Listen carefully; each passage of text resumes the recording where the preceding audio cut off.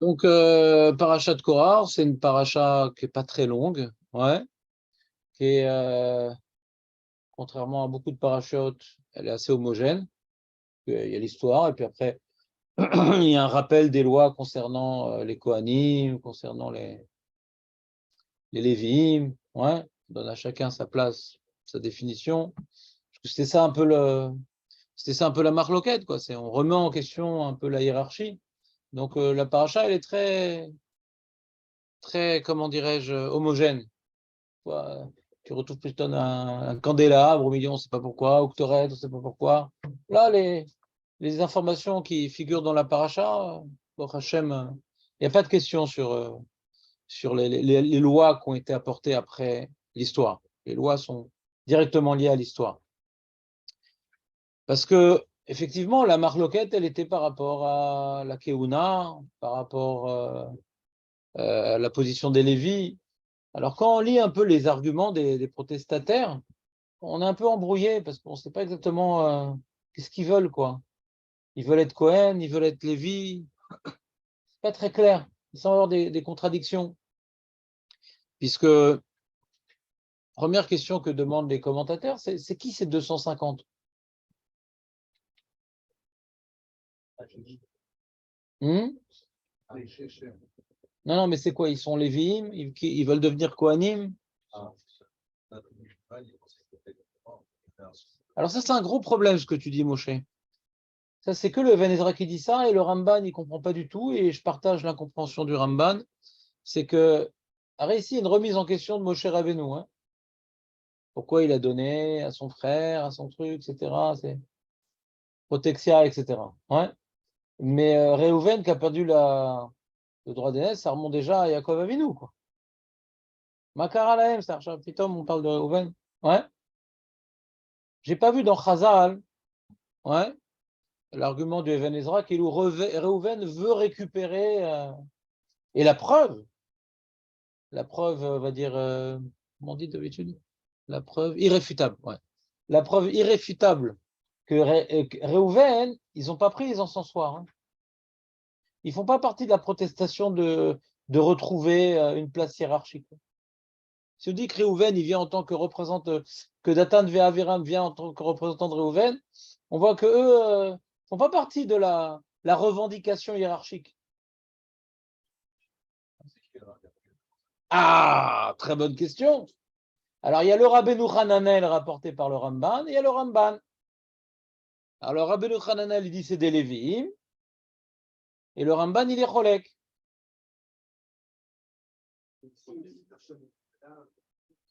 Quoi?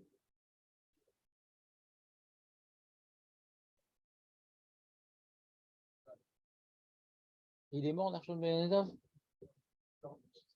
Bah, ils sont tous morts, les 250. Donc, il est mort. Bon, je sais pas, je connais pas cette source midrashique. J'espère que c'est un midrash et pas juste un haron. Mais, en tout cas, peu importe, ça m'intéresse pas s'il y avait Nachshon Ben Nadav parmi les 250. C'est qui ces 250? Ouais. Alors, ces 250-là, d'après Ron, c'est des Lévi'im.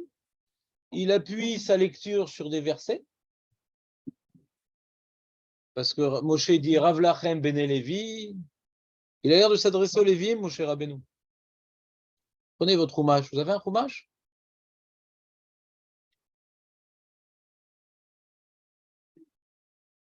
Le Rabbeinu Hananel. Je te dis pas encore. Suspense. Attends.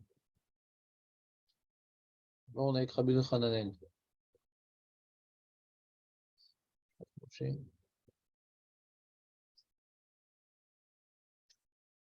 Alors.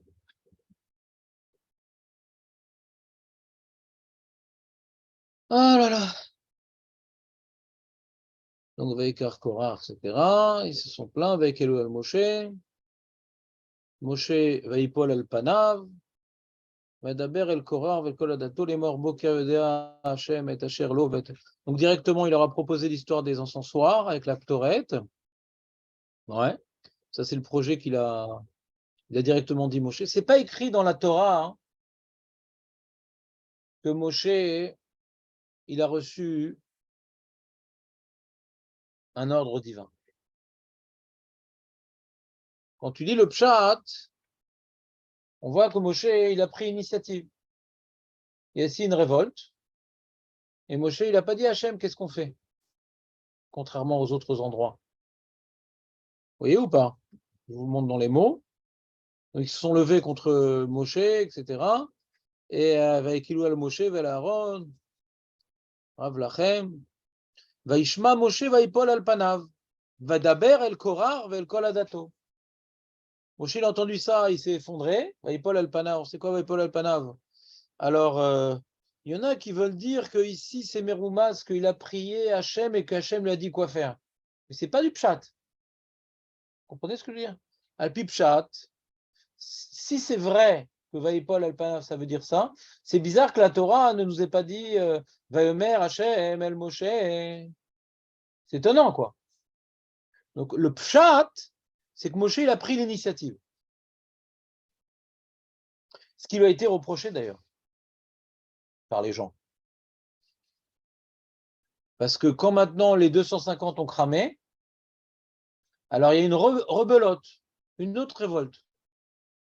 Pourquoi tu les as tués, etc. Dit, attends, mais t'as vu, il y a un miracle et tout, encore rebelote. Oui, mais tu aurais pu demander autre chose pour prouver que c'est Aaron, truc, sans que ça entraîne la mort. Qui t'a dit de demander l'actorette, c'est mortel comme truc. Pourquoi tu as demandé de prendre l'actorette? Voilà, c'est un stratagème pour les éliminer. Pourquoi tu les as éliminés?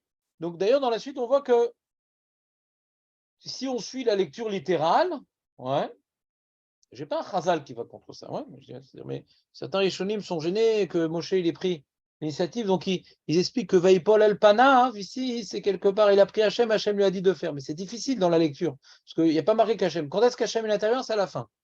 Après, Hachem va prendre la parole. Et pour l'instant, tout le stratagème, il est mis en place par Moshe. Vadaber el Korar, vel kol adatol, est mort Boker, Veodea Hachem et Asher lo. Ouais, le matin, pas tout de suite, on attend demain matin. Bien qu'il y a l'actorette 2 fois par jour, on aurait pu faire déjà l'après-midi l'actorette. Il a voulu faire l'actorette du matin. Comme il dit Moshe, la nuit porte conseil, ouais. Et comme dit le Rav Hirsch, des fois tu as toute une dispute et tout au travail ou à la Knesset ou je sais pas où. Tu reviens à la maison avec ta femme, tes enfants, tu prends conscience de choses beaucoup plus simples, la vie de famille, etc. Est-ce que ça vaut la peine de tout perdre pour ces disputes, etc. Donc, quand on revient à la maison le soir, ça permet un peu de reprendre ses esprits par rapport à tous les échauffements sociaux et politiques dans lesquels un homme peut être plongé. La famille, des fois, c'est un temporisateur. Et c'est ce qu'on voit dans le Midrash, qu'effectivement, On Ben Pellet, c'est sa femme qui l'a sauvé, quoi. Donc cette idée de ravir, elle est confirmée par le Midrash. C'est-à-dire, quelqu'un maintenant on peut commettre des erreurs et être pris dans une marloquette. Le problème, c'est les harzik ba marloquette. On peut des fois se disputer avec quelqu'un, ou on peut des fois être prêt à s'opposer pour des opinions, ouais, pour défendre ses intérêts, pour protéger d'autres personnes. Il y a différents cas de figure dans lesquels un homme il peut tenir tête et être prêt à aller jusqu'au bout. Ça peut arriver à tout le monde. Ce qu'on interdit ici, c'est l'arzik va marloquet. Il y a une mara dans Sanhedrin qui apprend de cette histoire-là que Asur l'arzik va marloquet. L'autre qui est korach ou veke adato. D'accord? C'est pas le pshat. C'est pas le pshat. Qu'est-ce qu'il y avait de gravissime dans cette paracha? C'est pas qu'il y avait une marloquette, c'est que il remet en question la névoie de Moshe. La névoie de Moshe. Parce que qui a dit que Aaron devait être Cohen? Hachem, à Moshe. Le Midrash que rapporte Rashi avec les tzitzit, qui a dit la paracha de tzitzit qu'on a vu dans les Meraglim? Ouais, c'est Hachem, c'est pas Moshe avec le film. Donc on remet en question la névoie de Moshe. C'est un peu ce qu'on a vu cette semaine dans la Gemara, c'est les hérétiques. On a reçu que les 10 commandements. Ça, on l'a entendu d'Hachem. Le reste, c'est Moshe. Chas v'shalom. C'est la même idée, ouais. Moi, je crois dans les 10 commandements parce que ça, on y était, on a entendu. Alors, il marque dans Chachamim, est-ce qu'ils ont entendu que les 2 premiers ou les 10? Ouais. Et même les 8 autres, ils ont entendu une voix divine, incompréhensible, mais c'est Moshe qui traduisait. Donc, en tout cas, il y a quelque chose de divin dans ces 10 commandements, contrairement à toutes les autres mitzvot que c'est Moshe qui a écrit et on veut bien croire que Hachem lui a dit. Il y a une émouna. Vayenu Bachem, Moshe Avdo. Dans Chrétien Souf, on a un début d'émouna en Moshe Rabbeinu. Et le grand moment d'émouna, c'est quand le grand moment d'émouna? C'est le Arsinaï. Parce que Hachem, il a demandé à Moshe d'être distingué du reste du peuple, de monter sur la montagne. Hachem, il a voulu utiliser la gorge de Moshe pour parler, pas uniquement pour enseigner les 10 commandements, pour dire voilà mon interprète. Le Mamad Arsinaï n'a pas uniquement été le lieu de l'enseignement de 10 lois, c'est le lieu où Hachem est venu désigner de manière miraculeuse et indubitable, voilà celui qui va transmettre ma parole. Donc comme maintenant on s'oppose à Moshe, on s'oppose au Mahamad Arsinaï. Paradoxalement, ceux qui s'opposent à Moshe, les hérétiques de l'époque et de la suite, ils disent nous on croit dans les 10 commandements, mais ils n'ont pas lu la paracha des 10 commandements, où Hachem donne une place particulière à Moshe Rabbeinu. Si les 10 commandements avaient été que Hachem s'adresse à tout l'âme Israël, vous savez où? Mais c'est pas comme ça s'adresse par la bouche de Moshe. Pourquoi Hachem il a fait les choses de la sorte? Par la bouche de Moshe. Parce que ce n'est que le début, mes enfants. Cette bouche-là de laquelle vous avez entendu les 10 commandements, que vous avez ressenti que ce n'est pas lui qui parle, mais c'est moi. Donc vous avez ressenti que ce n'est pas lui qui parle, c'est moi. Ils ont ressenti que c'est Hachem qui était là. Pourquoi il a pris la bouche de Moshe? Parce que j'ai choisi la bouche de Moshe pour continuer à transmettre le message. Donc celui maintenant qui veut faire que les 10 commandements, il est dans l'incohérence. Parce qu'il se rappelle du caractère surnaturel de cet événement en oubliant les conditions dans lesquelles Hachem a voulu que ça se passe. En choisissant Moshe comme étant celui qui va être la parole, la voix, le gosier divin à ce moment-là et par la suite. D'accord? Donc, c'est pour ça que le Rambam il dit que ce qui est écrit dans la Gemara, l'otik et korar ou kadato, que asur l'arzir bemarloket, c'est asmarta, c'est pas un sur doraita. Parce que ce qu'on reproche à Korar, c'est pas uniquement d'avoir fait une marloquette, c'est l'enjeu de la marloquette. L'enjeu de la marloquette, c'est Moshe, toutes les lois, c'est des inventions. Donc il a remis en question que la Keuna, il a remis en question des mitzvot, Donc c'est beaucoup plus grave que Stam faire une marloquette. C'est très grave d'être marzik ba marloquette, c'est très grave. Mais est-ce que maintenant la Torah nous dit un issour mefourash de l'autre Tiekekor avec Adato par rapport à marloquette? La Gemara, elle en tire une asmarta, ça fait partie des éléments qui étaient graves, mais il y a d'autres éléments encore plus graves, la marloquette, qui était de remettre en question la prophétie de Moshe Rabbeinu. D'accord? Ça veut dire que je ne suis pas en train de vous dire que de tenir une marloquette, ce n'est pas grave. Non, mais ce n'est pas le pshat. La Gemara nous interdit d'être marzik ba marloquette. Et Chachamim nous explique que celui qui est marzik ba marloquette, sans parler de Nevoa, c'est très grave. Pourquoi? Parce qu'on voit qu'ils ont été tués, même les enfants. Normalement, les enfants, ils ne sont pas chav mita. D'accord? Je n'entends pas très bien. Des fois, il y a un fondement là-dessus. Des fois, il y a des fondements. C'est-à-dire que on n'est pas vers un recul, parce que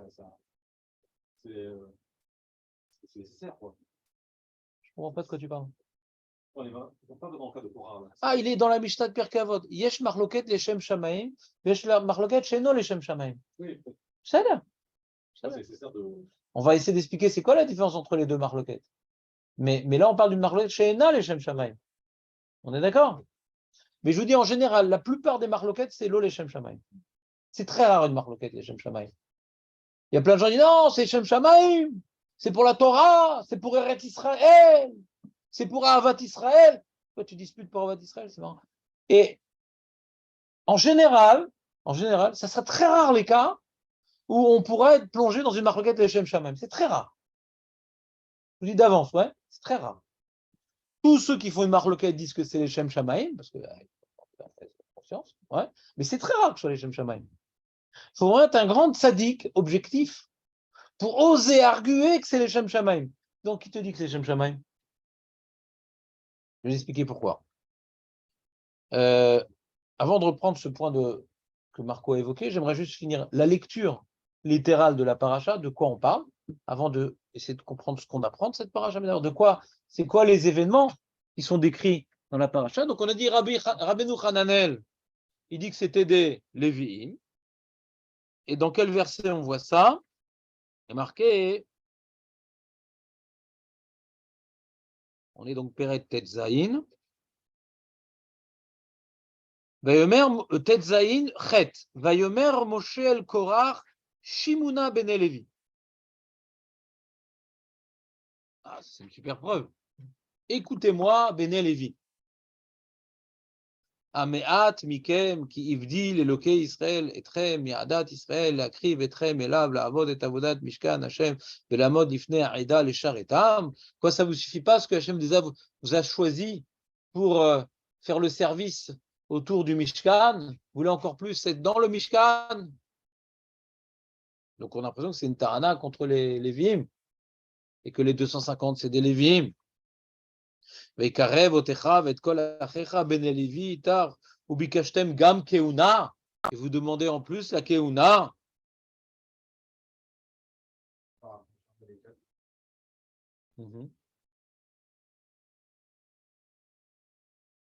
Et après Moshe s'adresse à Datan et Aviram. Donc il s'adresse d'abord aux 205, à Korach. C'est marrant, regarde.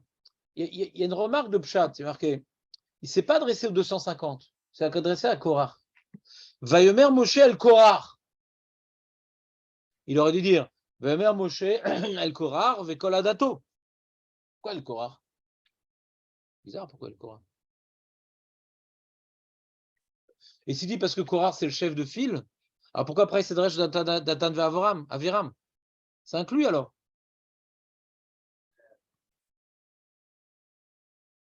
Si tu veux t'adresser si tu veux t'adresser à celui qui a engendré toute la marloquette, c'est qui est engendré? C'est Korach. Bah, Ikar Korach, Datan et Aviram sont greffés. Ouais. Il ne s'adresse pas aux 250, Moshe. C'est bizarre. Il est meneur de foule. Alors je vais repousser ça. Alors pourquoi on parle de Datan et Aviram? C'est pas écrit comme ça dans la paracha. Dis-moi le premier pasouk. Ben Issar, ben Gad, ben Levi et Datan Aviram. Ben Eliav, ben On, ben Pelet, ben Reuven. Alors déjà, il y a une première de lecture, c'est Mazé Vaikar Korach. Il n'y a pas marqué complément d'objet direct. Le COD, tu te rappelles le COD? Le COI, le COD. C'est pas par hasard qu'on marque un COD. Parce que COD, le hasard. Hein? Pas par hasard. Comment tu dis? Sujet, verbe, complément d'objet direct. Vaikar, c'est le verbe. Korach, c'est le sujet. Maolakar, ma. C'est une question qu'on va essayer d'évoquer. Pour l'instant, je continue sur la narration de l'histoire. Ouais, je ne rentre pas dans la difficulté de lecture des versets. D'abord, qu'est-ce qui s'est passé? Donc, on a l'impression que c'est des Lévi'im. Quelles sont les preuves du Ramban que ce n'est pas des Lévi'im? C'est qu'après la contestation des 250 et de leur brûlade par les encensoirs, alors c'est méranienne parce que il prend 10 bâtons.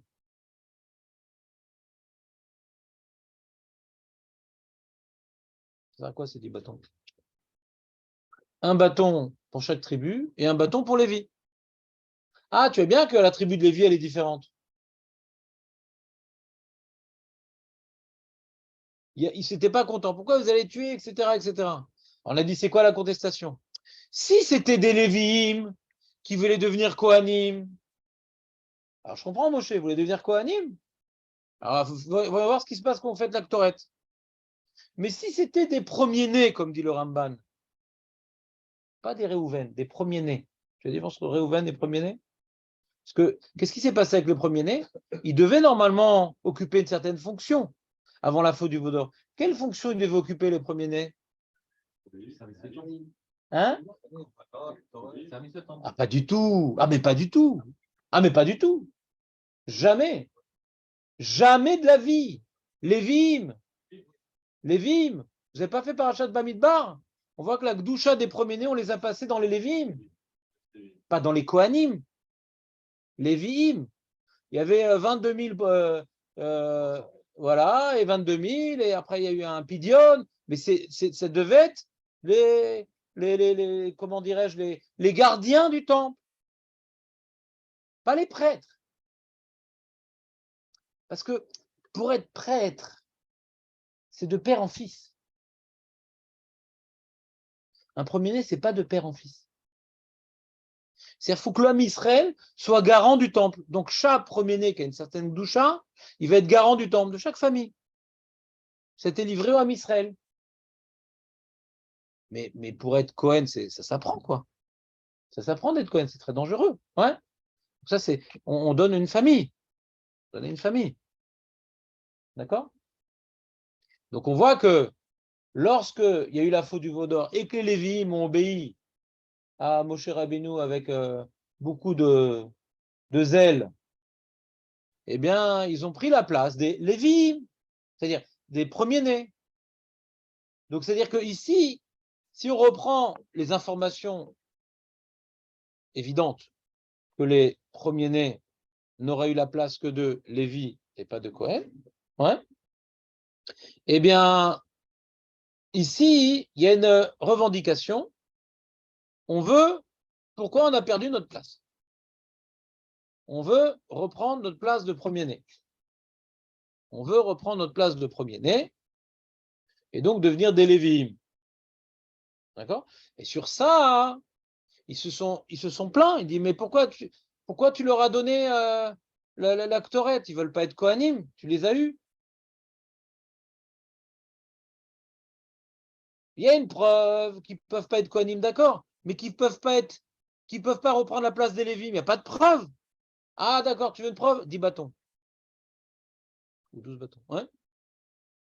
Vous suivez ou pas?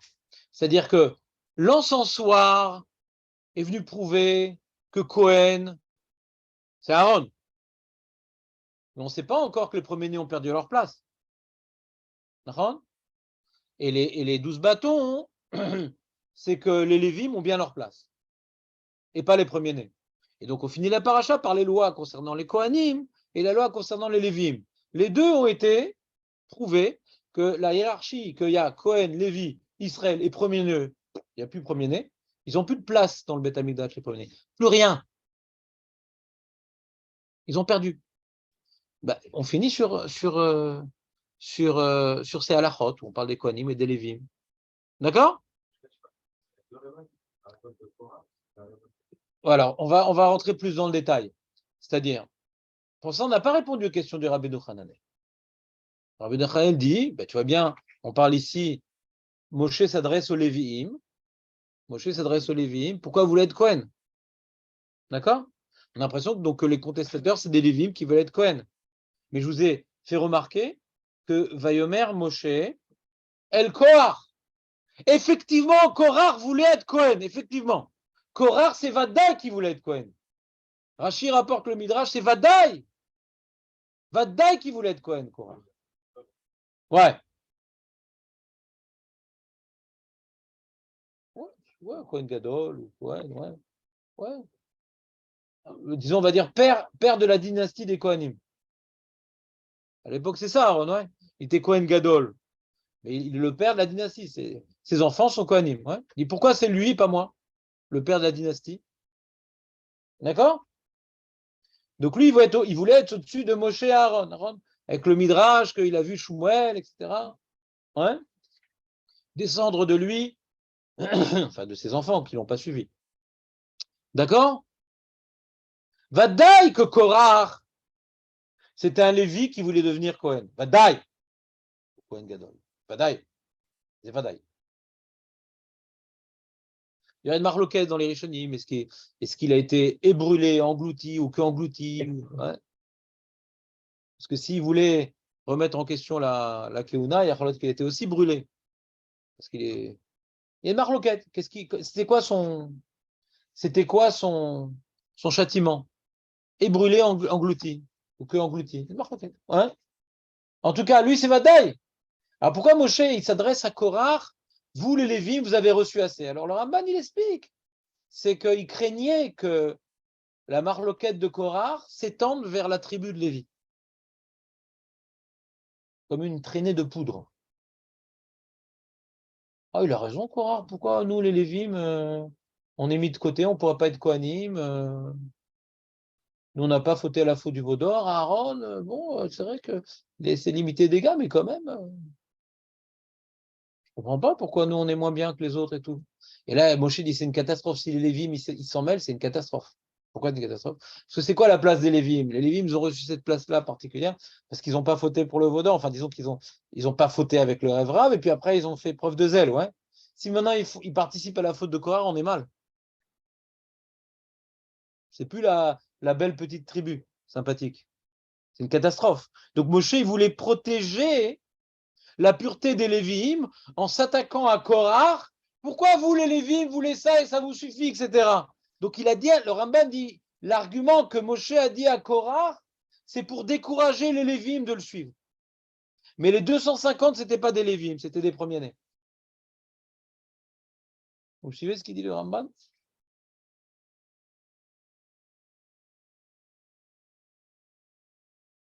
Donc il voulait aussi parler à Korah pour qu'il éteigne sa marloquette. Ça suffit ce que tu as reçu déjà. Il voulait donc éteindre le meneur de foudre, de foule, mais aussi décourager les Lévim qui ne s'associent pas, parce que Chazé Shalom, si les Lévim s'étaient associés, alors il n'y a plus de justification qu'eux, ils ont une place particulière dans l'âme Israël. 250, c'est des premiers-nés, ouais. C'est des premiers-nés, ouais. Ramban.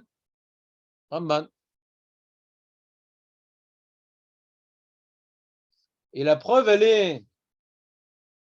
Bon, déjà, il a marqué Moshe, il a parlé à Korah, il n'a pas parlé aux 250. Et deuxième preuve, c'est les bâtons. Les bâtons, qu'est-ce que viennent prouver les bâtons? Les gens, ils se sont plaints. Ouais, il n'y a pas de preuve que leur contestation, elle n'est pas bonne. Pourquoi il n'y a pas de preuve? Si vous voulez être Kohanim, il y a une preuve. Si vous voulez être Lévim, il n'y a pas de preuve. Les Lévim n'ont pas que Toret. Ils ont dit, mais il n'y a pas de preuve que. Alors le problème, pourquoi Moshe, il a donné les encensoirs? Parce qu'il voulait s'attaquer d'abord à Korah, qui voulait prendre la Keuna, et prouver par cela que tous ceux qui ont pris la Ktoret, ils sont morts, sauf Aaron. S'il n'y avait pas Aaron dans la liste, on aurait été embêté. Pourquoi on aurait été embêté? Parce que, sauf, c'est très compliqué cette histoire de Ktoret. Très compliqué cette histoire de Ktoret. Encore une fois, c'est Moshe qui a pris l'initiative. Pourquoi ce serait pas une Ktoret Zara, quoi? On a vu Nadav a vu, ils ont fait une Ktoret qu'Hachem n'a pas ordonnée, ouais. Donc c'est un grand chidouche qui est écrit dans notre paracha. Que Moshe a ordonné de prendre la Ktoret sans qu'Hachem l'ait décidé, ou l'ait ordonné, ouais. Et ça n'a pas l'air d'être la Ktoret du matin. Ça n'a pas l'air d'être le matin parce qu'il est médé avec le Ramban. Dans le Nkelo, c'est pas marqué Ktoret Asamim. Celle du matin, on en rappelait ça Ktoret Asamim. Là, c'est pas la Ktoret, il n'y a pas les 12 encens et 11 encens dans ça. Ouais, il n'y a pas. Donc c'était une Ktoret spéciale. Un peu comme ce que le Navi il a fait. Au Mont Carmel, le Navi, ouais, il a ordonné de faire un korban en dehors du Beth Amikdash, ouais, ce qui est interdit, pour, comment dirais-je, briser les influences négatives des prêtres de Baal. D'accord? Alors ici, il y a une comparaison avec Moshe, il a fait pareil, ce qu'on appelle au Ratcha.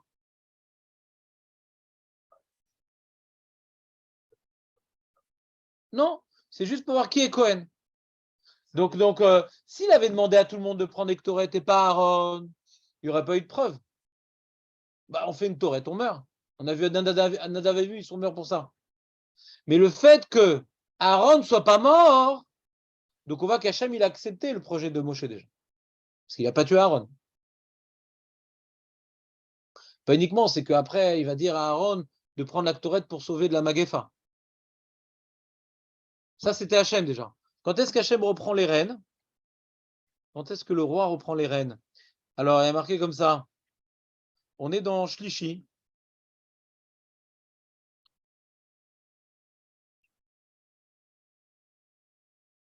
Lorsque donc le projet de Moshe s'est terminé, ils ont pris les encensoirs, ils sont devant l'Ohel Moed.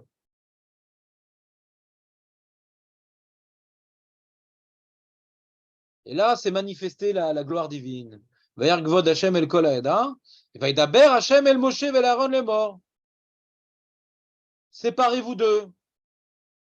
Alors Moshe, il avait compris qu'encore une fois, rebelote, la même manière que pour la faute du Vaudor, Hashem voulait détruire tout l'homme Israël. À la faute des Meraglim, Hashem voulait détruire tout. Là, encore une fois, il dit non, Moshe, ne détruis pas tout le monde, etc. Et Lokea Ruchot, toi qui connais ce que chacun pense et chaque individualité. D'abord, Hashem Moshe les morts, non. D'abord, les morts, Eloum, Isavili, Mishkan, non, non, je ne veux pas détruire tout l'homme Israël. Tous les contestataires, il faut que vous distinguiez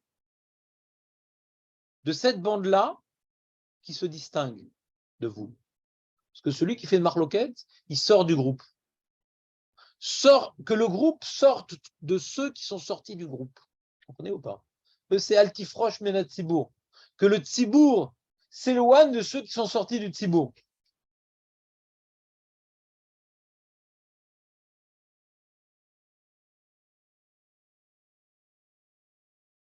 Là, c'est Hachem et il a repris la direction des événements. Ouais. Mais Moshe reprend. Et il dit, il vient maintenant, un truc incroyable. Hein, c'est incroyable, ce qu'on est en train de dire, c'est un truc incroyable. Moshe, il demande à Hachem,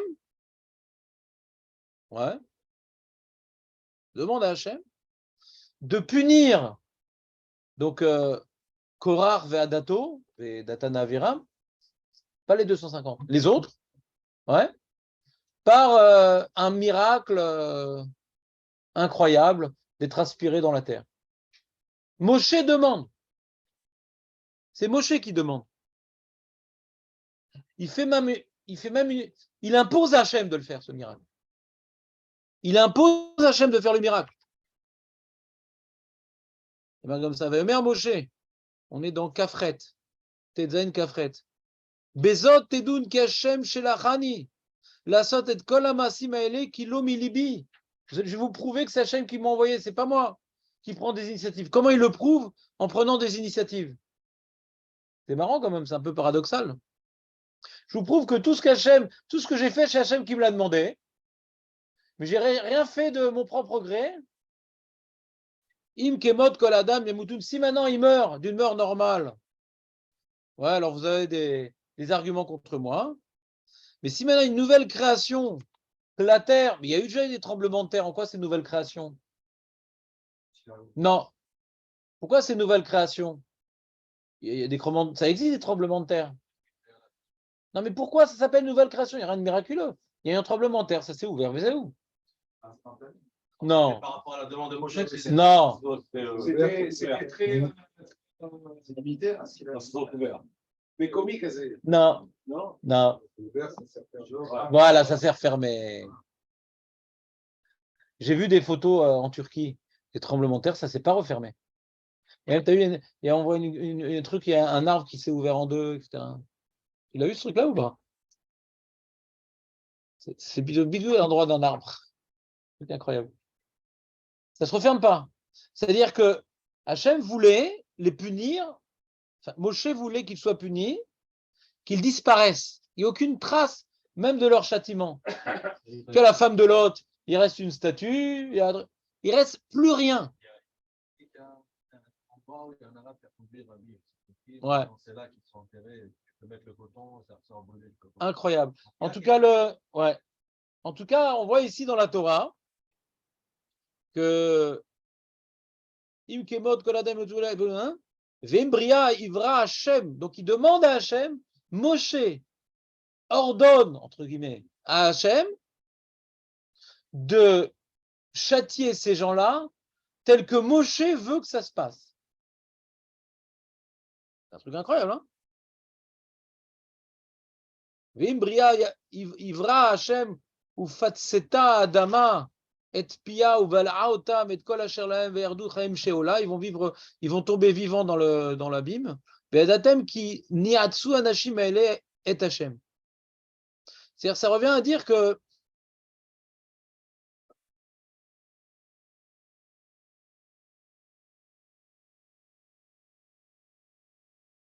ouais. Donc, ils ont d'abord été engloutis, puis après il y a le feu on s'est d'abord occupé de Datan et Aviram et de Korah, et puis après des 250. C'est marrant parce que les Korah, Vedatan, Aviram et leur famille, ouais, disparus. Et 250, ils n'ont pas disparu. Parce qu'on a pris après les encensoirs, et un souvenir en vérité ils ont été sanctifiés quelque part. C'est-à-dire qu'il y a une grande différence entre Korah, Datan, Aviram et les autres. Les autres, ils ont été pris dans une marloquette, et ils voulaient servir Hachem. Ils voulaient servir Hachem. Ouais. Alors, ils se sont fait complètement avoir. Parce que l'origine, ils voulaient être Lévim, et ils se sont associés à Korah avec la Ktoret. Ouais. Mais quelque part, il y avait des intentions spirituelles dans leur révolte. Ça, il faut faire très attention. Des fois, il y a des gens qui sont tmimim, des gens, Shechlem Leftov, des gens, ils ont un bon cœur, ils ont des intentions spirituelles, etc. Et il y a des beaux parleurs qui arrivent à les catalyser dans une guerre qui n'est pas la leur. Ouais. Et souvent, plus tu es idéaliste, et plus tu es prêt à tout faire pour aller jusqu'au bout de la marloquette. C'est ton idéalisme, des fois, qui peut, comment dirais-je, entretenir le feu. Quelqu'un qui n'est pas idéaliste, ouais, là, je m'en fous, moi, car je paye mes impôts, mon truc, c'est moi tranquille avec vos ch'touillottes. Quand tu es idéaliste, tu dis non, c'est ça la vérité, je suis prêt à me battre.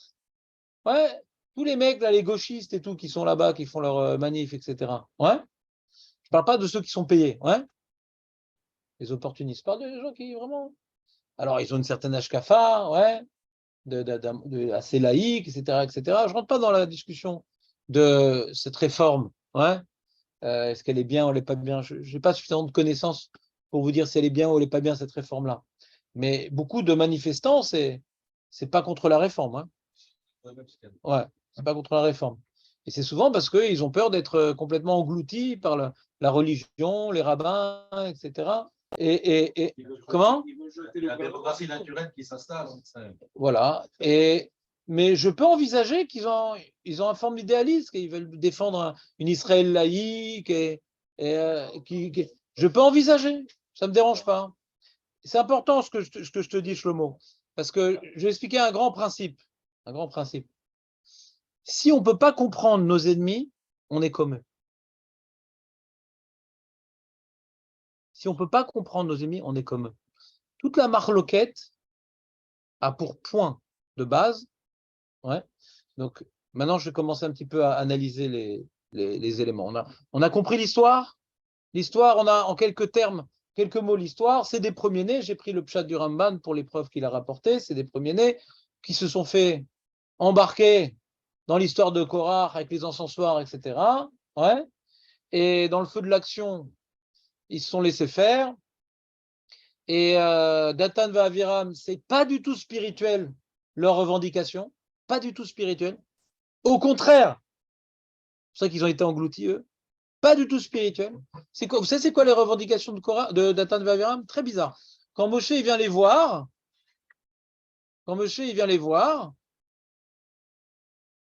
qu'est-ce qu'ils répondent? Datan va Aviram. Vaishlach Moshe likro les Datan va Aviram, Ben Eliav, Vemru lo naale. Alors sur ce lo naale, j'avais fait un shiur, je ne sais pas si vous vous rappelez. Ouais. Al-Pi Pshat, c'est quoi lo naale? Parce que quand on va au Bet Amidash, on ligne les Bet Amishpat. Quand on va au Bet Amishpat, ouais, on va devant des Elohim, les justes Elohim, donc ça s'appelle une alia normalement. Donc ils voulaient les juger. Juger, voilà, viens voir, on va essayer de discuter ce que tu dis, est-ce que c'est juste, c'est pas juste. Donc ça c'est le Pshat, lo naale. C'est ne pas vouloir se rendre à la convocation du juge. Mais les Mefarshim sont allés beaucoup plus loin. Rashi, il dit que leur bouche les a trompés. On voit le manque d'ambition de ces gens-là. L'ona alenu. on fera jamais rien de bien dans la vie et il n'y aura jamais de bien de bon dans le monde. Des gens très pessimistes, des gens très matérialistes. C'est des gens qui parlent, ouais, de toute façon, tout est pourri, la politique, les juges, les rabbins, le truc, tout est pourri. D'ailleurs, j'ai acheté un chien. Non, des gens qui, sérieusement, hein, parce que les gens sont tous pourris. Hein? Qu'est-ce que tu dis, hein? C'est fidèle, exactement. Ah, d'accord.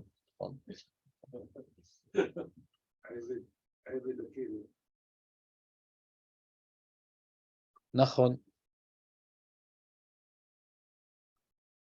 L'onarale.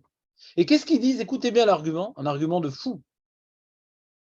Amead ki elitanu meret zavat halav udvash. Quoi, c'est déjà pas assez que tu nous as fait partir d'un pays où coulait le lait et le miel? L'amité nous bamidbar, pour nous faire mourir dans le désert, qui tistarer aller nous gamistar, et en plus, tu nous imposes ton autorité. D'après Chazal, ouais, dans Sefer Shemot, les mecs qui se sont posés à Moshe quand ils ont tué l'Égyptien, c'était Dathan et Aviram. Et là-bas, ils disent aussi, ouais, et tu t'es mis chauffette sur nous. Ils remettent en question toute forme d'autorité.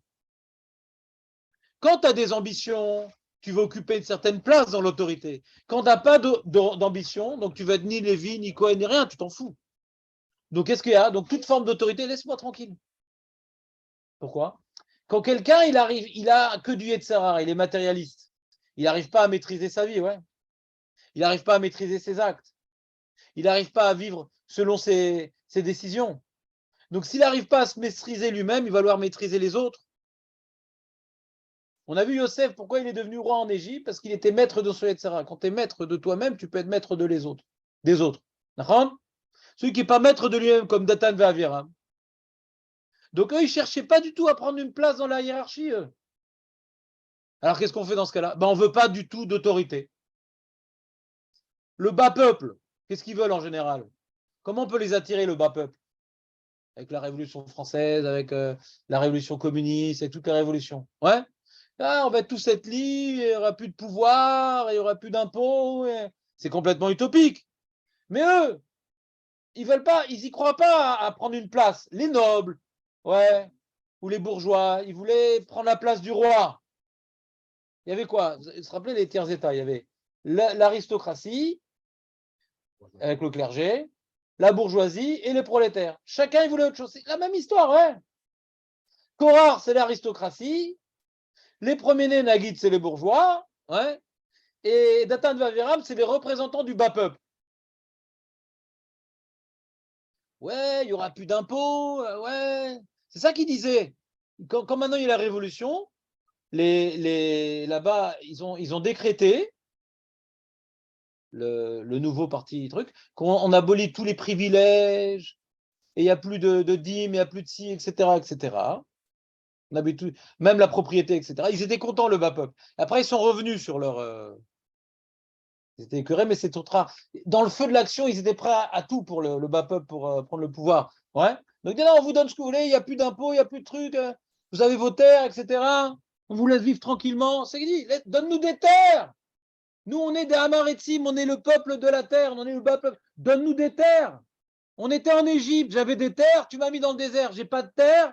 Et qu'est-ce qu'il dit après? Il dit Afar al eretz zavatra la vudvash evitanu. À flot, tu nous as même pas amené dans ce pays où coule le lait, vetiten la nachala de nous donner un champ et une vigne. Même si tu crèves les yeux à cela, donc à nous-mêmes, on ne montrera pas. Tu nous crèves les yeux. Tu nous manipules. Comment c'est qu'ils ne sont pas morts dans la prochaine? Parce qu'ils ont suivi tout le monde de sortir d'Égypte. Le Rocher, c'est celui qui ne veut pas sortir d'Égypte. Écoute, on n'a pas eu celui qui est tzaddik, qui est rachat, qui est Avodazara. Celui, ouais, Micha, il est sorti avec son Avodazara, mais il est sorti. Rocher, c'est celui qui ne veut pas sortir.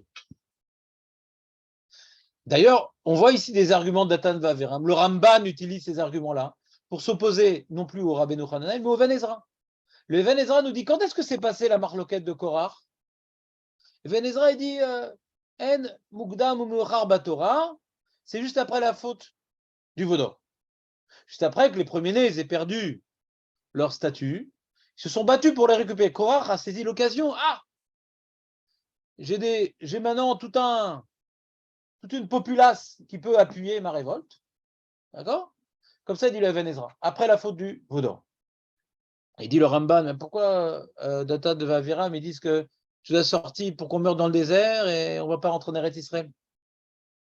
Donc on voit que c'est dans l'ordre. Déjà, le Ramban, il a un principe. C'est rare quand on est obligé de dire que c'est pas dans l'ordre. C'est rare. Il faut être obligé. Les pages toutes, les parachutes sont dans l'ordre. À moins que tu aies une question. Là. Mais là, tu vois bien que c'est dans l'ordre, puisque on voit que Datan va Aviram, leur problème, c'est qu'ils ne vont pas avoir leur petit champ. Pourquoi ils sont sortis d'Égypte? Demande Élie. Parce que il dit, ah, là-bas, on va avoir une belle terre. Un pays où coule le lait et le miel. C'est des gens matérialistes. Ils ont vu le projet de monter en Israël, comme les sionistes laïcs, d'avoir une terre, d'avoir son armée, d'avoir ses prostituées, d'avoir ses voleurs, son pays. Un projet matérialiste, comme les sionistes laïcs. Ça, c'est Datan et Aviram.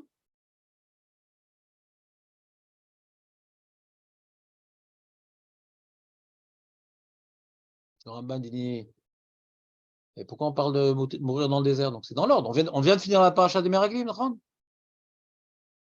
alors qu'est-ce qui. Makara, les Korach, la question que le Ramban demande sur lui-même, Makara, qu'est-ce qui s'est passé pour que Korach, il se réveille maintenant? Ça fait un moment qu'il est Cohen déjà, Aaron. Et pourquoi les premiers-nés se réveillent maintenant? Qu'est-ce qui se passe? Korach, sa révolte, elle devait être depuis longtemps. Les premiers-nés, ça devait être depuis longtemps. Depuis la faute du Vaudor. Makara Arshav après la faute des Meraglim. Le Ramban répond, c'est qu'on est tous déprimés. On ne va pas rentrer en Eretz Israël. Moshe qui nous protégeait tout le temps, il était aimé, Moshe. On a accepté son autorité. Il nous a sortis d'Égypte. Il a prié après la faute du Vaudor. Mais là, avec les Meraglim, il n'a pas obtenu gain de cause, Moshe. Ouais. Et du coup, on ne va pas rentrer en Eretz Israël. Donc tout ce qu'il nous a promis ne va pas être accompli. Donc ils ont commencé à grincer les dents quand ils voyaient Moshe. Pas tous. Pas tous, bien sûr. Am Israël Kadosh, pas tous. Mais les mauvais perdants. On aime bien dire que c'est la faute de lui et pas de nous. Ils ont demandé à Moshe, mais lui, il n'a pas demandé, ouais. Il n'a pas demandé, Moshe. Pas de sa faute. On aime bien dire que c'est de sa faute. On aime bien dire que c'est la faute des rabbanim. Oui, pourquoi les rabbanim ils font rien? Oui. Je ne conseille pas de commencer une phrase comme ça dans votre vie. Oui, les rabbanim, ils devraient. Est-ce que tu es au courant de ce qu'ils font, de ce qu'ils ne font pas? Tu es au courant de la Birla? Parler contre les rabbanim. Et donc, on aime bien dire que voilà, pourquoi les gens ils sont pas religieux, c'est à cause des rabbanim. Pourquoi il y a des problèmes de divorce, c'est à cause des rabbanim. Pourquoi il y a des problèmes à la Knesset, c'est à cause des rabbanim. Ça, c'est celui qui veut être dans la marloquette et qui veut ressembler un peu plus à Korah qu'un autre. Alors, il utilise ce genre d'argument. Mais c'est vraiment fortement déconseillé de commencer à parler contre des Talmidei Chachamim. Et en général, ceux qui parlent comme ça contre les Taïreux, c'est qu'ils ne les connaissent pas. Moi qui connais des grands rabbinim, je vois qu'ils font tout pour faire et qu'ils ne peuvent pas faire beaucoup de choses parce que le peuple ne les suit pas. Pour parler comme ça, il ne faut pas les connaître et tout. Quand tu les connais, tu vois que c'est des gens extraordinaires qui donnent leur vie pour le Ham Israël. Ils donnent leur vie. Pas leur argent, leur vie. Tout. Quitte sur fin de parenthèse. En tout cas, ça c'est ce qu'on a vu avec les Meraglim. Et c'est ce que dit Datan Vaveram continue. Ce que dit le Ramban. C'est la suite des Meraglim. La suite des Meraglim. Et comme maintenant Moshe, il ne va plus nous amener en Eretz Israël, il y a une contestation possible. La manière que les Ma'afilim, ils disent non, on va quand même se battre. Ils ont refusé le décret divin des Meraglim. Ils sont quand même partis se battre. Alors maintenant, on essaie de remettre en cause beaucoup de choses parce que c'est plus le projet originel. Tout est remis en question. Donc il y a une révolte. Quand tu es malheureux, comme maintenant l'Allemagne est devenue nazie et les Russes sont devenus communistes, parce qu'il y a des gens malheureux. Donc, tu as un moustachu ou un Lénine qui vient maintenant dire certains arguments, mais quand les gens sont malheureux, ils sont prêts à rentrer dans une contestation, quelle qu'elle soit. Hein. Ils étaient malheureux. Et ils en voulaient à Moshe. Parce qu'on aime bien hein, ne pas se sentir responsable de ses propres fautes. Comme ça, il explique le Ramban. Donc, on a d'un côté des gens qui viennent prendre les ktorettes et qui ont été sanctifiés. Et ces ktorettes, ces encensoirs, ils ont été placés sur l'autel.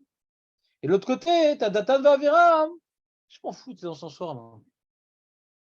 Je m'en fous d'être lévi. Donne-moi un champ. Donne-moi à bouffer. Matérialiste. Les matérialistes. L'ona allé. On ne s'élèvera jamais de rien. Je n'y être lévi, ni quoi, ni rien du tout, moi. Donne-moi à bouffer.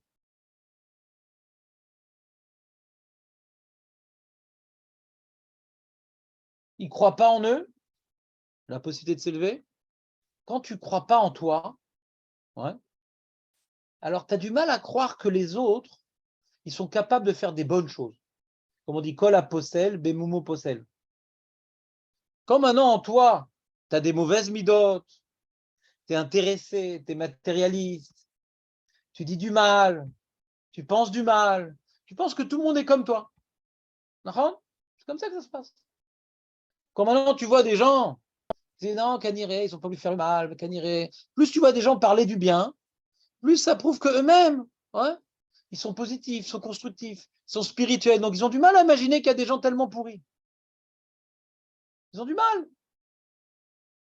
Plus tu vois le mauvais dans les autres, plus ça prouve que tu as des points en commun en eux. Vous comprenez ce que je veux dire ou pas?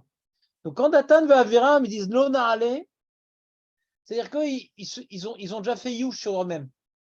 Ils ne pensent pas être capables de faire quoi que ce soit de bien dans le monde. Donc ils ne pensent pas que dans le monde, c'est possible de faire du bien. Si maintenant il est sorti d'Égypte, ouais, c'est pour avoir des champs plus prospères, c'est tout. Il n'y a rien d'autre dans le monde. C'est pas pour avoir. Mais il a bien compris, il y avait une Torah, il y avait un Corban Pessah. Ouais. Non, ça c'est du mytho. On peut pas. La Torah ne peut pas nous changer. On ne peut pas s'améliorer. C'est ça, il faut une religion. Tout ça, mais ils n'y croient pas, tout ça. Ils ne croient pas que c'est possible de s'améliorer. L'ona allait. Donc, ils interprètent tout négativement. Donc, Moshe Rabbeinu, c'est que maintenant, c'est quelqu'un qui prend le pouvoir. Comme eux, s'il y a une telle place, qu'est-ce qu'ils auraient fait? Ils auraient fait des magouilles, à Rome. Eux, comment ils interprètent Moshe? Comme un magouilleur, parce que c'est des magouilleurs. Ça, je vous dis, quand quelqu'un il dit, pas vous, mais quand quelqu'un dit, ah, les rabbinim, si tu n'arrives pas à envisager qu'il y a des gens idéalistes, c'est que tu manques beaucoup d'idéal en tout. Et tu n'arrives pas à envisager qu'il y a des gens idéalistes qui donnent leur vie pour le Ham Israël et que eux, c'est des magouilleurs, les rabbins. C'est vraiment, tu n'as aucune lueur de spiritualité en toi. Tu ne peux pas envisager que les rabbins, ils sont irréprochables. Tu n'arrives pas à envisager un truc pareil. Donc, elle est tov. Atara, Mishera, Roera. Atara.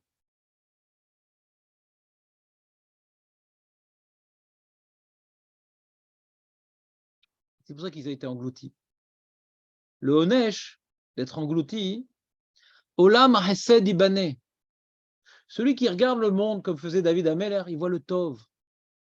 Hachem, ouais, Umerachem, Al-Kol Marasa, ouais, Chanoun Verachum, Poter et Yadecha, Umasbia Lechol Chayratzon, Hachem il est Tov. Moshe Rabbeinu, Avram Avinu, il a regardé le monde, il a vu le Chesed d'Akadosh Baruch Hu, combien on faute et combien Hachem il est patient. Il y a le mec qui dit, ah, t'as vu, les gens ils fautent et tout. L'homme est pourri. Et un dit, t'as vu, les gens ils fautent, comme quoi Hachem il est bon, il attend qu'il fasse chouva. C'est deux façons complètement différentes de voir les choses. Tu vois des gens se comporter mal, comme les gens, la nature humaine est mauvaise, je vais m'acheter un chien. Et l'autre il dit, t'as vu, l'homme il est perturbé, il tombe et tout, mais il va finalement réussir à se relever. Regarde comme quoi Hachem il est miséricordieux, il attend leur tchouva. Ça c'est le regard d'Avraham Avinu. Hachem il est bon, il a fait un monde dans le but de nous faire du bien. Mais comme maintenant Datan et Aviram, il nie le caractère bon d'Akadosh Baruch Hu, et que le monde, il est là pour nous faire du bien. Donc, ils doivent disparaître, ils n'ont pas de place dans ce monde. Ils n'ont pas de place dans ce monde. Le monde, quand tu le regardes, il est bon. Comme ils ne regardent que le négatif, ils doivent disparaître de ce monde. Ils n'ont pas de place de ce monde. Ils n'ont jamais regardé le monde tel qu'il est vraiment. Ça ressemble, Rabbeinu Bechaye fait ressembler la faute de Datan Aviram avec la faute de Sdom. Les gens de Sdom, c'est pareil. Tellement ils n'arrivaient pas à faire du bien autour d'eux, qu'ils ne supportaient pas les gens qui en faisaient. Ils tuaient les gens qui faisaient la tzedaka. Pourquoi ils faisaient un truc pareil? Kaniré, ils devaient se dire, ces armas, c'est pour nous manipuler. Ils ne peuvent pas imaginer qu'on puisse faire du bien. Donc même ceux qui faisaient du bien, ils les interprétaient en mal. Tu as quelqu'un qui fait la tzedaka. Il dit, ouais, Kaniré, c'est pour être respecté dans la communauté et tout. Pour le kavod. Pourquoi tu dis ça? Peut-être qu'il a un bon cœur. Pourquoi tu dis ça? Non. Qui tu dis que c'est pour le kavod? Si tu dis que c'est pour le kavod, c'est toi qui aimes le kavod, mais tu n'as pas les moyens. Peut-être qu'il le fait par mon cœur. On a toujours tendance à juger mal les actes des autres. Et si on a tendance à faire ça, c'est que nous-mêmes, ouais, quand on fait nos actes de mitzvot, elles sont pas du tout désintéressées. Kol posel, bemumo posel. Moi, je vois les gens qui ont un bon cœur, dire, ah, c'est beau ce qu'il a fait comme mitzvah, c'est beau. Pourquoi il arrive tellement à dire que c'est beau? Parce que lui-même, quand il fait mitzvah, il le fait de bon cœur. Donc, quand il voit quelqu'un faire mitzvah, il n'a pas de difficulté à comprendre que l'autre ici le fait de bon cœur. Plus tu es critique envers des choses positives, plus ça prouve que tu n'as pas beaucoup de choses positives en toi. Quoi lui ferait du mitzvot si moi, j'arrive pas? Ça me gêne. Alors, je préfère dire que lui aussi, il fait des mitzvot comme moi, de manière intéressée. Et donc, les gens de Sdom n'arrivaient pas à envisager qu'un acte puisse être désintéressé. Donc, arrête ton zarma. Arrête ta tzedaka, arrête ton zarma. C'est une manière de manipuler les gens, c'est une manière de masquer des choses encore plus graves que ce qu'on fait. C'est quoi leur punition? Ça ressemble à la punition de Korach, et Adato. Ce qui s'est passé, la terre s'est retournée, ils ont complètement disparu. Ça ressemble un petit peu, non? C'est une disparition totale, puisqu'ils n'ont pas appris à regarder le monde tel qu'il était. Le monde, quand tu regardes, ouais, le monde, il y a beaucoup de bonnes choses. Non, c'est pas vrai, j'ai vu un tigre qui a mangé une chèvre et j'ai essayé. Mais regarde, les fourmis comme quoi elles sont complémentaires. Et regarde, le chien comme quoi il écoute bien son berger. Regarde, pourquoi tu regardes que les choses négatives? Regarde la vache, comment Hachem il a fait qu'une vache se laisse faire pour donner son lait. C'est extraordinaire. Toutes les choses qu'Hachem il a mis à notre disposition. Pourquoi tu regardes les loups et les tigres? Pourquoi? Lama. T'es un peu loup, t'es un peu tigre.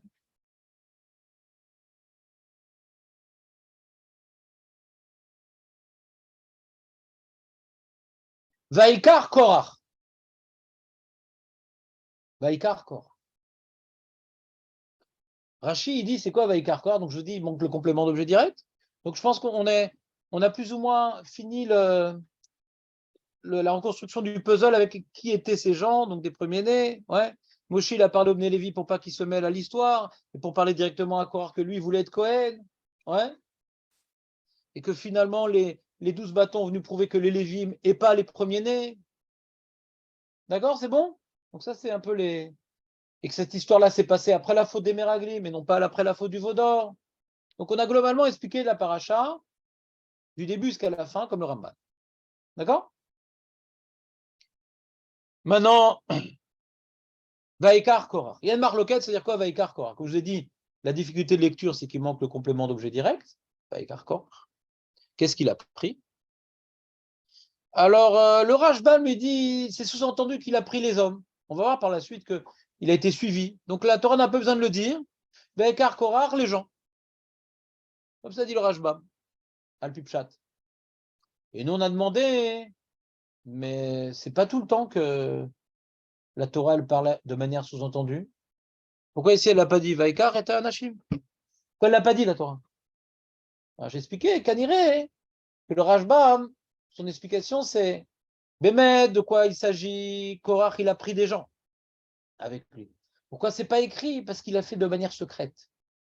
Il l'a fait en douce. Pour faire une révolte, il faut la faire en douce. Ces gens-là, il les a pris, ouais, il allait au bar et tout. Allez, j'offre la tournée générale. Il y a beaucoup d'argent encore, ouais. Allez, c'est moi qui offre. Alors, et tout, sympa. Et tout. Il commençait à faire des blagues. C'est un grand Letsan. Un grand Letsan.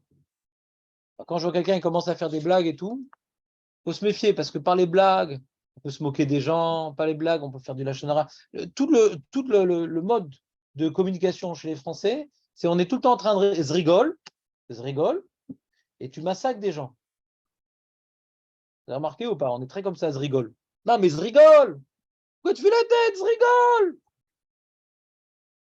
Je fais la tête, tu as comme la tête de porc. Ouais. Bah, je rigole.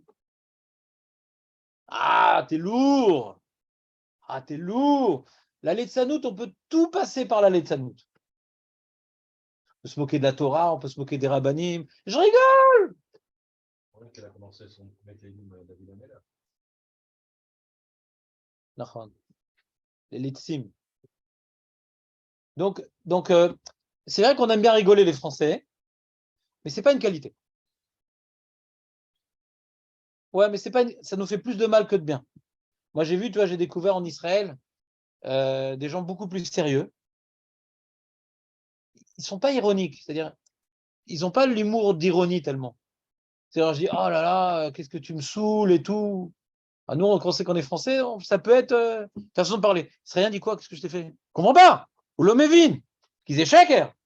Nos blagues, c'est du shaker, d'accord? C'est du shaker. Donc, on ne sait jamais ce que l'autre y pense. C'est toujours insidieux. On est sur des sables mouvants, quoi. L'Israélien, tu dis, tu me saoules, qu'est-ce que je t'ai fait? Non, ou pas? Et c'est bien. C'est clair, les choses sont claires. C'est clair. Quand tu dis des choses méchantes, c'est méchant.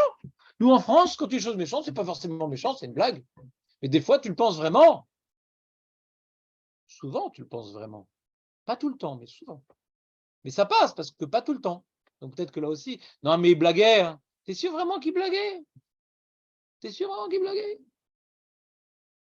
Donc, Korah, en cachette, de manière insidieuse, c'est pour ça qu'il n'y a pas marqué Anashim, d'après le Rashbam. D'après Rashi, qui suit Unkelos, Vaïtpaleg, Vaïkar, c'est il a pris lui-même. Alors c'est très intéressant ce Rashi. C'est le Yesod pour comprendre d'où vient la marloquette. Il s'est mis à part. Il s'est mis à part.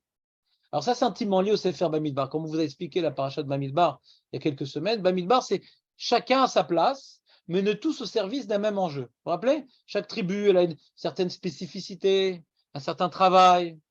Donc il va recevoir une partie en Eretz Israël, un côté de la mer, un dans la montagne, un dans le désert, un ci, un ça, pour travailler, ouais, une mida particulière, pour développer une qualité particulière.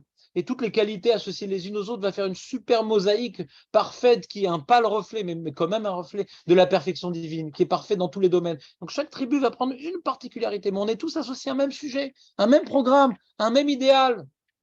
Quand tu te mets à part du Tzibour, c'est pas shoot, détruire le Sefer Bamidbar. C'est l'inverse du Sefer Bamidbar.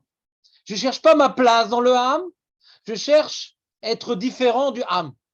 Aniyotse Mikulam. Vous comprenez ce que je suis en train de vous dire ou pas? C'est fondamental. Un homme doit tout le temps rechercher qu'est-ce que je peux faire pour que mes qualités puissent profiter au Ham Israël. Et souvent, comment on pense, c'est normal parce qu'on est égocentrique de nature et qu'on doit se travailler, ça met des années, des fois c'est l'histoire d'une vie. On dit comment ces qualités vont pouvoir me mettre en valeur. Comment mon intelligence va me mettre en valeur? Comment mon humour va me mettre en valeur pour trouver une place au-dessus des autres? C'est naturel, on veut se mettre en valeur, et c'est un problème d'égocentrisme. C'est en quoi je peux me rendre utile, oui. Pas en quoi je vais me mettre en valeur. Vous voyez la différence ou pas terminologique? En quoi je vais me rendre utile et en quoi je vais me mettre en valeur.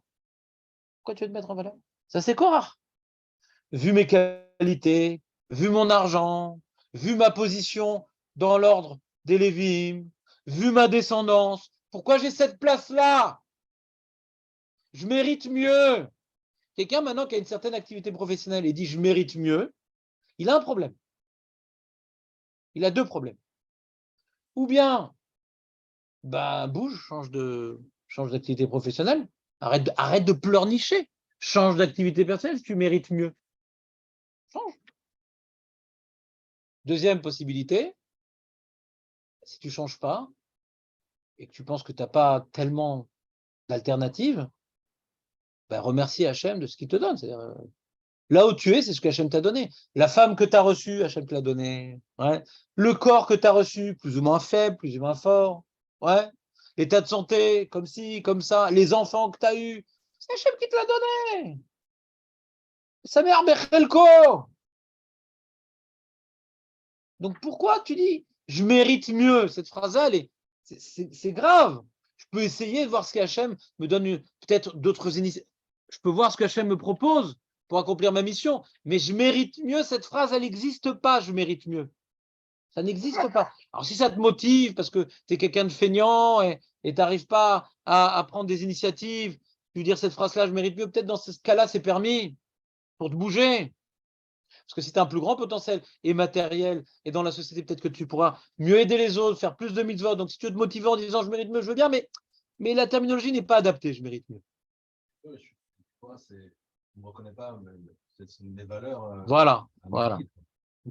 Ou bien tu les as pas, ou bien tu fais pas ce qu'il faut, mais pourquoi tu pleurniches? Pourquoi pleurnicher? Peut-être que tu te trompes. Moi, j'ai vu avec les années, je pensais avoir certaines qualités que j'ai pas.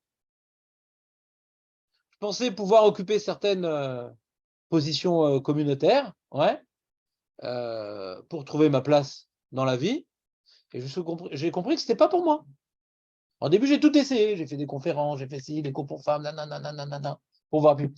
Et je pensais avoir ces qualités X, Y. Je ne sais pas, je n'ai pas ces qualités-là, je ne les ai pas. Je ne les ai pas. Donc, ce n'est pas adapté. Donc, il faut que j'essaie de trouver ma place, ouais, par rapport au potentiel que Hachem m'a donné pour accomplir ma mission au mieux. Et là où j'ai trouvé ma place, je vais mettre toutes mes forces pour accomplir ma mission au mieux. Et pas regarder, si j'avais fait ça et si j'avais été là-bas. Maintenant que je suis là, je fais le maximum qui m'est donné nuit et jour pour accomplir ma mission. Et pas dire, te rends compte si j'avais ci et si j'avais ça. Fin de parenthèse.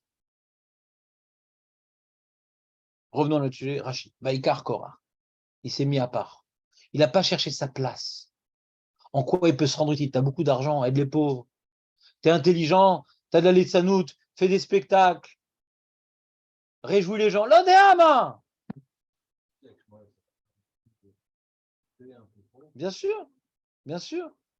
Mais je comprends que c'est incohérent, sa prophétie. C'est incohérent. Qu'est-ce qu'il est en train de dire? Il est en train de remettre en question la Torah de Moshe. Ouais. Que Moshe, il a inventé des choses. Ouais. Comment on peut arriver à une histoire de Shmuel? La haine, ça rend aveugle. La jalousie, ça rend aveugle. À l'origine, Korach, il a un problème de midot, de jalousie, ouais, de kina. Mais c'est incohérent ce qu'il dit. S'opposer à la Torah de Moshe, c'est un truc incohérent. S'il y a pas, c'est pas une lutte intellectuelle, c'est une lutte de midot raot. Ça commence par des midot raot. C'est quoi la midara essentielle? On appelait ça la kina. Mais on voit ici dans Rashi, c'est que je suis différent des autres. Tu n'es pas différent des autres. Tout le monde est différent de tout le monde et chacun doit trouver sa place. Il y a les moutons et il y a moi. Personne n'est mouton. On a tous une mission à accomplir. Oui, les gens, ils se laissent aller. Là, on leur dit, mais moi, c'est moi, tout le monde a une mission à accomplir. Tu n'es pas plus qu'un autre. Mais trouve ta mission. Sans mépriser les autres. Sans dire que tu es au-dessus des autres. Et que tu mérites mieux que les autres. Si tu es plus intelligent, plus truc, tu n'as pas de lunettes. Bon, tu vas être pilote de l'air. Tu vas maintenant dans l'armée, dans les avions. C'est plus sympa que dans les tanks. Il est mieux le Masgan là-haut. Ça aide. Mais tu ne vas pas maintenant tirer la langue au tankiste quand tu passes au-dessus. Tu as reçu un potentiel particulier qui va maintenant être au service d'un enjeu commun qui s'appelle défendre notre chère terre. Ouais. Mais tu ne dois pas te sentir mieux que le tankiste. Tu as reçu un potentiel qui te permet d'accomplir une certaine fonction que d'autres ne peuvent pas accomplir, mais tu n'es pas plus que lui. Tu dois bien faire ta mission. Parce que maintenant, tu es aviateur, que tu as commencé à dire je ne fais pas mon service si vous à la Knesset, etc., etc. Tu ne vas pas commencer à te la ramener, parce qu'Hachem t'a donné un potentiel intellectuel et plus que les autres, et profiter de ça pour faire une révolution ici. Ouais. Tu n'es pas plus qu'un autre. Tu mets au service ton potentiel. Ça, on comprend dans l'armée que chacun, on vient faire des tests pour chacun voir c'est quoi son potentiel. Ben, dans la vie, c'est pareil, on est tous à l'armée. Tu as certaines qualités que tu n'as pas. Alors commence pas à rêver ce que l'autre il a. Parce que si tu avais eu ça, ça aurait été une catastrophe. Si Hachem avait mis dans mes mains certaines positions, ça aurait été une catastrophe. Bon, Hachem qui ne m'a pas mis dans mes mains ces positions-là, parce que ça aurait été une catastrophe. Hachem me protège de mes défauts en me donnant des petites fonctions qui sont adaptées à mon petit potentiel. Il faut que je le fasse bien. Ce que j'ai reçu, je dois le faire bien. Travailler honnêtement, être poli et respectueux, et pas de la chonnera envers mes patrons, ne pas mépriser mes employés. Ce que je fais, je le fais bien. Bessimcha, être content, je me lève le matin, je vais faire mon travail, Be'emouna, en prouvant qu'on peut être juif religieux, ouais, et ne pas manger une cantine qui n'est pas terrible, et ne pas forcément trop discuter avec les femmes et serrer la main et faire la bise, etc. J'ai un combat spirituel dans mon travail et je vais le faire au mieux possible. C'est mon combat que Hachem m'a donné. Je ne dois pas rêver à un autre combat. Ah, si j'avais été Avrer, ah, si j'avais si, c'est ton combat. C'est pas un autre combat, c'est ton combat. Fais-le au mieux.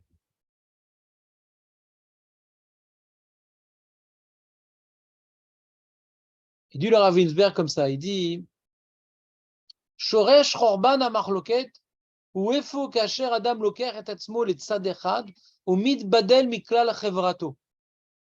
La marloquette, c'est quand maintenant, tu te déconnectes de ce qu'il y a autour de toi. Au Mit Stam Stem Lirot Rek et Sorke Atzmo. Des fois, maintenant, tu as une dispute avec quelqu'un, ouais, et elle ne s'arrête pas. Ça ne s'arrête pas. Elle dit, mais comprends-le, mets-toi à sa place. Non, je ne veux pas le comprendre, je ne veux pas mettre à sa place. Il m'a fait ci, il m'a fait ça. Ça, c'est la marloquette. Comment éteindre le volcan, pas le feu, le volcan de la marloquette? Comment? Mais pourquoi il fait ça en fin de compte? Pourquoi il pense comme ça? Pourquoi il fait comme ça? Quand je commence à essayer de comprendre comment l'autre se comporte, et que je ne suis pas tellement différent de lui, on est assez proches, sauf que moi j'ai mes intérêts, il a ses intérêts. Si moi je me bats pour ses intérêts, lui il n'a pas le droit de se battre pour ses intérêts. Donc même maintenant que j'ai le droit de défendre mes intérêts, j'ai le droit de défendre mes intérêts. Mais pourquoi va tellement de haine? Pourquoi? Lui il se bat pour ses intérêts, moi je me bats pour mes intérêts. Mais pour comprendre que lui se bat pour ses intérêts, il faut s'arrêter un moment et réfléchir à ce que l'autre pense. Pour que la marloquette prête des dimensions dramatiques, c'est qu'on ne pense que à soi. On est déconnecté du reste. Il m'a fait ça, ouais, il s'est attaqué à moi, il va voir de quel bois je me chauffe, je ne pardonne pas ce qu'il m'a fait. Mais pourquoi il l'a fait? Ça ne m'intéresse pas pourquoi il l'a fait. Et il a touché au Kodesh à Kodashim quand même. Quand maintenant tu fais partie du Ham Israël, tu as une mission et lui aussi il a une mission. Alors on peut ne pas être d'accord, on peut être sur une route à sens unique et l'un doit céder la place à l'autre. Des fois, je ne vais pas céder ma place et des fois, je dois céder ma place. Ce n'est pas tout le temps, il doit me laisser la place. Des fois, il a raison. Des fois, on ne s'arrange pas parce qu'on n'a pas les mêmes intérêts, on n'a pas les mêmes, comment dirais-je, missions. Et des fois, il faut savoir qui passe devant l'autre. Et mal à saute. Mais est-ce que tu réfléchis, nous, ouais, est-ce qu'on réfléchit de manière extérieure? Quand tu as une dispute avec quelqu'un, mets-toi comme un juge qui est en train d'écouter chaque partie. Si tu es extérieur et tu écoutes chaque partie, tu dis, ah oui, de ton point de vue, je te comprends, mais moi, je dois défendre mes intérêts. Déjà, c'est plus une marloquette. Vous comprenez ce que je veux dire? Si déjà je comprends son point de vue, par exemple, une marloquette dans le Shalom Bayit, Hachem, il a fait que la femme, elle est très différente de l'homme. Mais faites gaffe, l'homme est très différent de la femme aussi. Donc, ces différences-là fait qu'on a des fois beaucoup de mal à comprendre son point de vue. On a du mal. On ne réfléchit pas pareil. On n'a pas les mêmes affinités. On n'a pas les mêmes priorités. Donc, des fois, ça fait des marloquettes catastrophiques jusqu'à arriver à un divorce. C'est fréquent. Ouais. Plus maintenant, on a un mode de fonctionnement égocentrique et plus les problèmes de couple vont être difficiles à gérer. Parce qu'on n'arrive pas à s'intéresser à l'opinion de l'autre quand l'autre m'a vexé, quand l'autre m'a touché dans mon fort intérieur. Mais tu m'as vexé là. Mais pourquoi il m'a vexé? Qu'est-ce qu'il pense? Qu'est-ce qu'elle pense, la femme? Elle n'est pas mauvaise à l'origine. Donc pourquoi elle se comporte comme ça? Pour être poter, pour solutionner un problème de marloquette, réfléchir pourquoi l'autre il a fait ça. Et en général, l'autre il fait pas que du mal. Il peut avoir du mal aussi, il peut être égocentrique, il peut être égoïste. Mais il n'y a pas que ça, ouais. Donc quand je fais la part entre ce qui était justifié et ce qu'il a exagéré et qu'on en parle, le problème est réglé. Alors, il peut avoir encore un certain froid pendant un certain moment, et après les choses rentrent dans l'ordre. Vous comprenez ce que je veux dire? Faire la part des choses. Par rapport à ça, je comprends, etc. J'exagérais, c'est normal, c'est de la légitime défense que tu m'as fait ça, ça et ça, ça et ça et ça. Bon, dans ça, après, dans le feu, tu as rajouté des choses, c'est dommage, tu as mal parlé, tu m'as fait sale coup, tu as mêlé ma mère, nanana, ça a pris des proportions, c'est dommage, mais c'est vrai qu'à l'origine, si j'ai compris d'où a commencé la marloquette et que j'ai une part de responsabilité, on est déjà sur le point de se réconcilier. À partir du moment, quand je ne suis pas déconnecté de l'autre, je fais un avec l'autre. J'essaie de me mettre dans la peau de l'autre, me mettre à la place de l'autre. Vous comprenez ce que je veux dire? Voilà, on est quitte. Pourquoi l'initiative alors Moshe Rabbeinu a pris l'initiative parce que c'est pas contre lui qu'on s'opposait, c'est contre la névoie d'Hachem. Et Moshe, il a voulu frapper un grand coup. Si maintenant on laisse, maintenant, si c'était voilà, il les raisonne et tout va bien.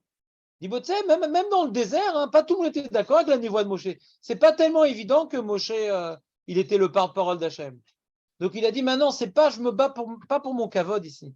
Je suis en train de me battre pour on remet en question la prophétie divine. Et donc je dois me sentir responsable de la prophétie divine. C'est ma mission de me battre pour représenter la parole divine. C'est ma mission. Shabbat Shalom. Effectivement, Shabbat Shalom.